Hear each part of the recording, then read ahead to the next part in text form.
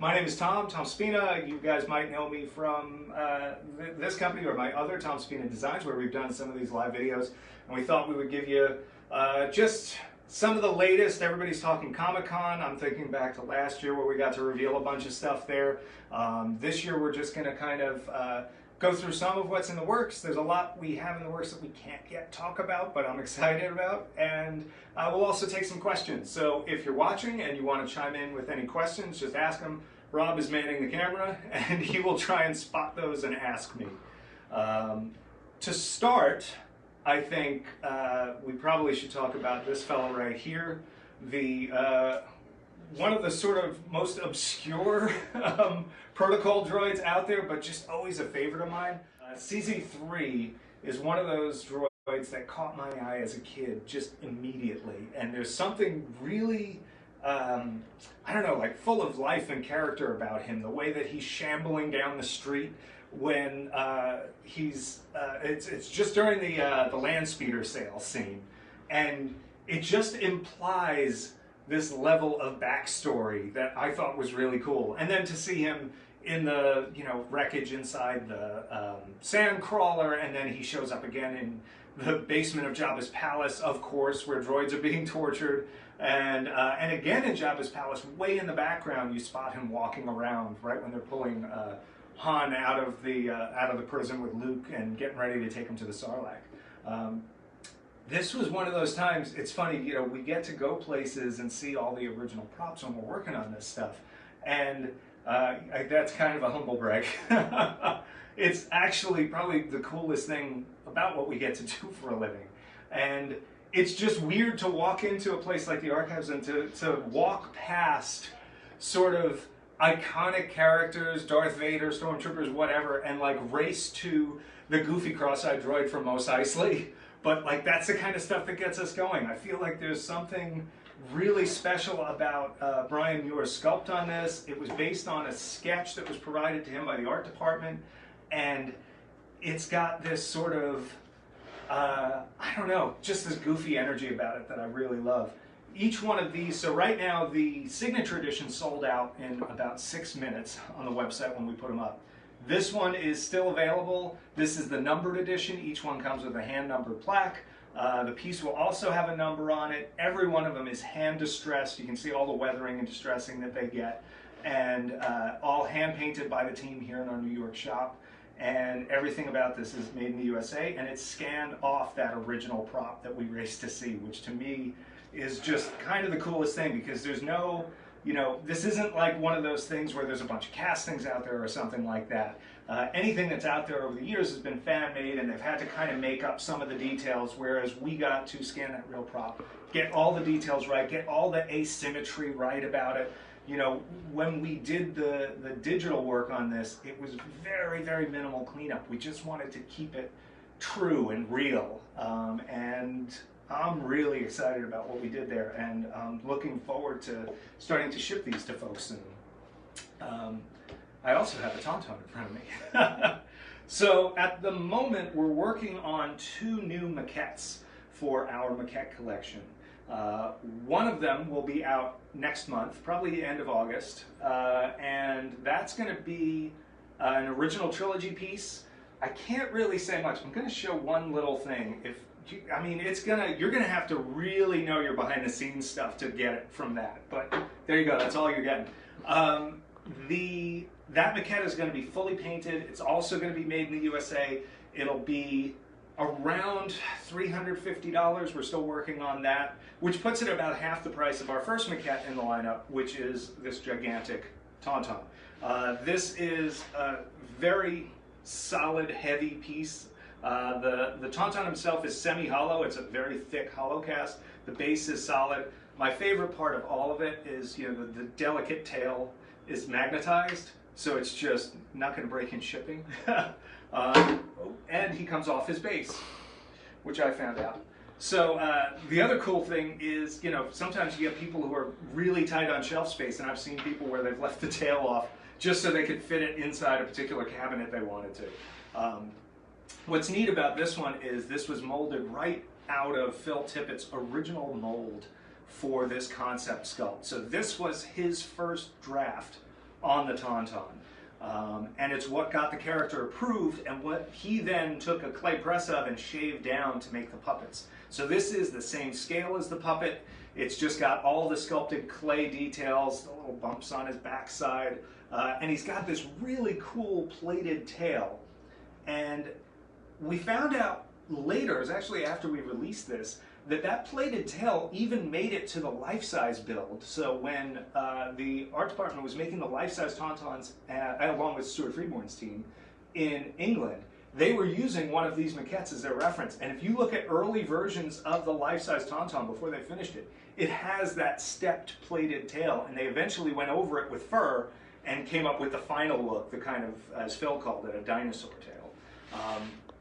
These are also still available, and they come with a signed plaque that Phil Tippett, the sculptor, signed for us, which is really awesome. And we did also just introduce a new payment plan option to the website. And so on the bigger items, the limited edition stuff, now people will have the option to pay in 3 payments, which we hadn't been able to do before, and technologically it was a little bit of work to get done. But I'm really glad that we can do that for folks now, and we've had a few people take advantage of that both on CZ3 and the Tauntaun. So if you're interested in that sort of thing, please give it a look. I did mention there is a 3rd maquette in the works. I can't say much more about that, but it'll be out. We're aiming to have it out around the time Mandalorian Season 2 is out. So you can guess at what that might be related to. Let's see what else is on my desk. This is a non-Star Wars piece, but we've been doing a lot of these little magnets lately. This is our robot mascot, the Regal robot himself, as a little bronze and silver look magnet. Everything we've been doing with the magnets, we've been calling our Elements series, except for maybe the Mandalorian Grav Charge, which leans into sort of a almost prop replica kind of thing. We like the magnets to feel sculptural. We want them to seem like they're made from, you know, stone or metal or bone or things like that. And so we've been exploring that, and every one that we've been working on has that. So, you know, when you look at our Darth Vader 2-piece magnet, now this is based on his reveal in Empire Strikes Back when the helmet comes down. We did this in 2-tone where it's a mix of bronze and silver. And that's, you know, just to accent the pale skin and also to give it a little bit of extra dimension. Every one of these is hand painted in our studio here. They're all cast in solid resin. In this case, there's a magnet on both the helmet and the bust, so you can display it on your fridge or wherever like this, or you can display him wearing his helmet, however you like it. The other one that just came out recently, and these are just starting to ship, is Baby Yoda and IG-11, everybody's favorite nanny. So with these two, you can either do them like this, where they're sort of on that speeder bike ride, where baby's ears are, the child's ears are flapping in the wind and he's just squealing with joy. Or you can put them separately and they kind of still work. And again, we have that sort of mix of bronze and silver. We have the added element of a little bit of patina on the child to accent the green element of his skin. And it's just finding ways to take these characters and do something sculptural and neat with them. This was the Grav Charge magnet that I mentioned. These are shipping now, and they're $29, I think, on the site. And it's got the label on the back with all the detail that's on the real prop. The gem on the front kind of catches light in a neat way. It's got a mirror back on it, so it doesn't light up because this is in safety mode. You know, nobody wants to accidentally blow their fridge up.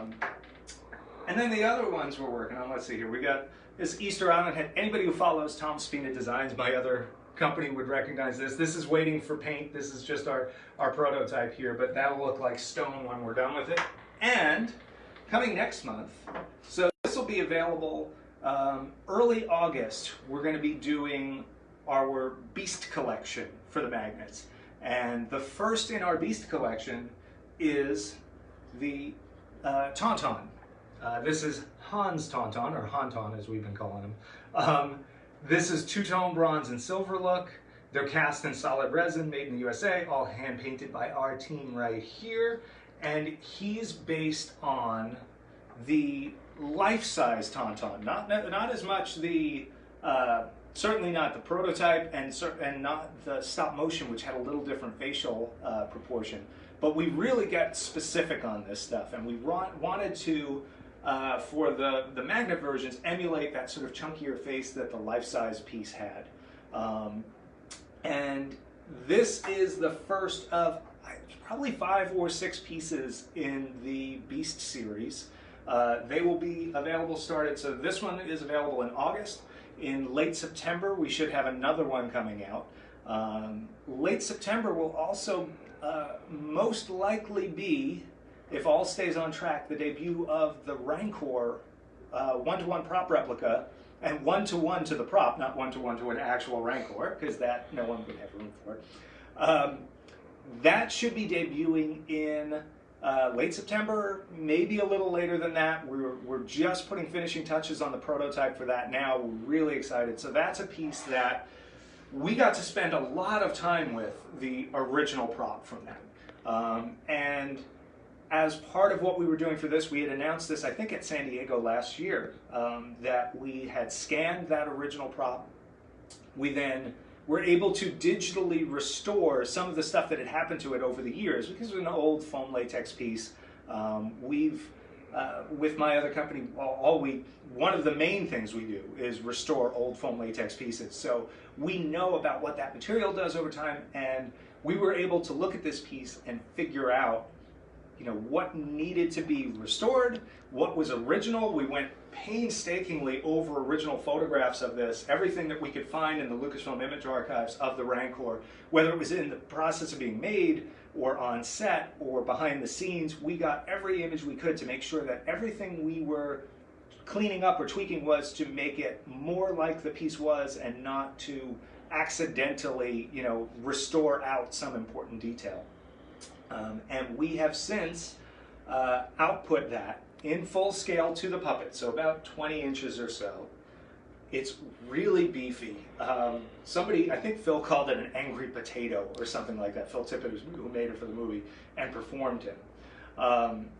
And it's just so cool. It feels so right, and I can't wait to be able to actually share the whole sculpt with everybody and show them just the mass and size of this thing. And it's we've got a great pose, we've got a lot of energy in it, and it just it's the first time, I think it's the first time somebody's done this character really, really faithfully to what that prop looks like. I'm kind of out of talky stuff. If anybody has any questions, you should put them in the comments. And Rob can see them, but I can't. So I'm going to be very dependent on him. I'm making stuff up. Okay. And are you able to see the comments, or just people coming through? I can see them. Okay, excellent. This is me waiting for questions. Well, Mike is asking, did you say Rancor prop? But I think you addressed that. Yes, yes, Mike. I did say Rancor prop. It won't be a functional puppet, but it will be a 1-to-1 replica of the original prop, the original puppet, and it's based on a very high-res digital scan of that original prop. Now, Lee is asking, any chance for an IG-11 bust? IG-11 would be amazing as a bust.